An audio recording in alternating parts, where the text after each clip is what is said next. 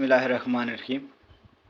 आज की इस वीडियो में एडवांस अकाउंटिंग चैप्टर नंबर 1 है जॉइंट स्टॉक कंपनी, शेयर्स की जनरल एंट्रीज के बारे में। इसका क्वेश्चन नंबर 7 लास्ट क्वेश्चन है, वो हम करेंगे। आइए देखें इस क्वेश्चन में हमसे किस चीज़ की डिमांड कर रहा है। Imran textile limited acquire the business of MS. Noor and सन।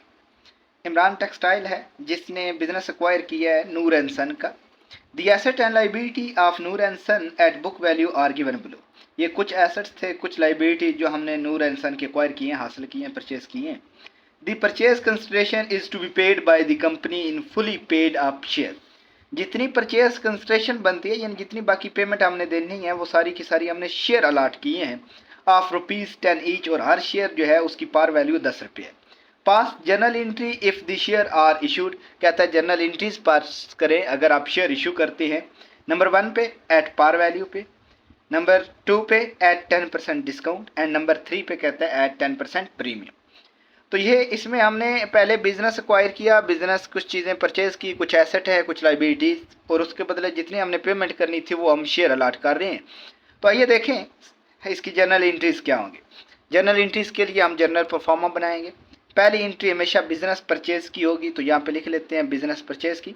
देखें ये तमाम एसेट हमने परचेज किए हैं, तो एसेट की नेचर डेबिट होती है, इसलिए इन्हें हम डेबिट करेंगे। लैंड एंड बिल्डिंग एसेट है, ये भी डेबिट होगा। लैंड एंड बिल्डिंग हमने परचेज की 50,000 की। देन इसके बाद मशीनरी हमने परचेज की है, अगर मशीनरी देखा जाए तो ये 40,000 की है। देन इसके बाद फर्नीचर तीसरे नंबर पर एसेट हम परचेज कर रहे हैं, फर्नीचर देखा जाए ये 14,000 का है। देन इसके बाद डेटर्स भी हमने उसके परचेज की हैं, और डेटर देखा जाए तो ये 5,000 के। और इसके बदले एक लाइबिलिटीज़ भी कुछ हैं जो कि सन्ड्री क्रेडिटर के नेम से हैं। लाइबिलिटी की नेचर क्रेडिट है तो उसे क्रेडिट करेंगे, ये 10,000 से।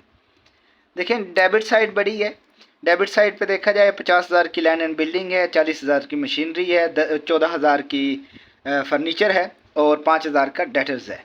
लाइबिलिटी हमारे पास सिर्फ और सिर्फ 10,000 है। बाकी जितनी अमाउंट होगी वो हम पे करेंगे, और जिसको पे करते हैं वो अकाउंट पेबल होता है, उसका यहाँ पे नेम आ जाएगा, उसका नेम क्या है, नूर एंड सन। तो देखें कितना पे करना है। ये तमाम डेबिट साइड बड़ी है, उसमें से ये माइनस करें तो बाकी अमाउंट आ जाएगी, आपने कितना पे करना है। तो ये 99,000 इट मीन 99,000 आता है, तो ये आपने पे करना है। इसके नरेशन लिखेंगे, being purchase consideration are taken, being purchase consideration to be done. Next हमारे पास 3 सिनेरियो हैं। सबसे पहले जितनी हमने ये पेमेंट करनी है पार वैल्यू पे हम शेयर जारी कर रहे हैं। नंबर ए लिख लेंगे पार वैल्यू पे एट पार। नूर एंड सन को डेबिट करेंगे, क्यों, उन्हें पैसे देने हैं, तो नूर एंड सन्स डेबिट होगा। और शेयर कैपिटल क्रेडिट कितने से, जितनी हमने अमाउंट पे करनी थी वो है 99,000, तो यहाँ पे 99,000 है क्योंकि पार पे हम जारी कर रहे हैं। नेक्स्ट बी में हमें कहता है कि आप शेयर जारी कर रहे हैं डिस्काउंट पे, तो यहाँ पे लिखेंगे एट 10% डिस्काउंट। तो देखें जब डिस्काउंट पे जारी करेंगे हमारी जनरल एंट्री ये बनती है, जिसकी पेमेंट देनी है जो हमारा वेंडर वगैरह नूर एंड सन, उसे डेबिट करेंगे। डिस्काउंट है तो डिस्काउंट ऑन शेयर भी डेबिट होगा, और शेयर कैपिटल जो है इसे क्रेडिट किया जाएगा। इसकी अमाउंट कैसे लिखते हैं उसके लिए हमें वर्किंग करना पड़ेगी, यहीं पे वर्किंग साथ कर लेते हैं। पहले नंबर ऑफ शेयर निकालने हैं, देन इसकी अमाउंट लिखेंगे। नूर एंड सन में तो जितना पे करना था वही आ जाएगा। देखिए आपने कितना पे करना था 99,000, तो यहाँ पे 99,000 आ जाएगा, ठीक है। अब डिस्काउंट कितनी है और शेयर कैपिटल कितने, इसके लिए पहले हम नंबर ऑफ शेयर निकालते हैं, ये वर्किंग कर लेते हैं। Working number of share, of share कैसे निकालते हैं, जितनी अमाउंट पे करनी होती है वो ऊपर रखी जाती है, और डिवाइड करते हैं इसकी वैल्यू पे, पार वैल्यू पे।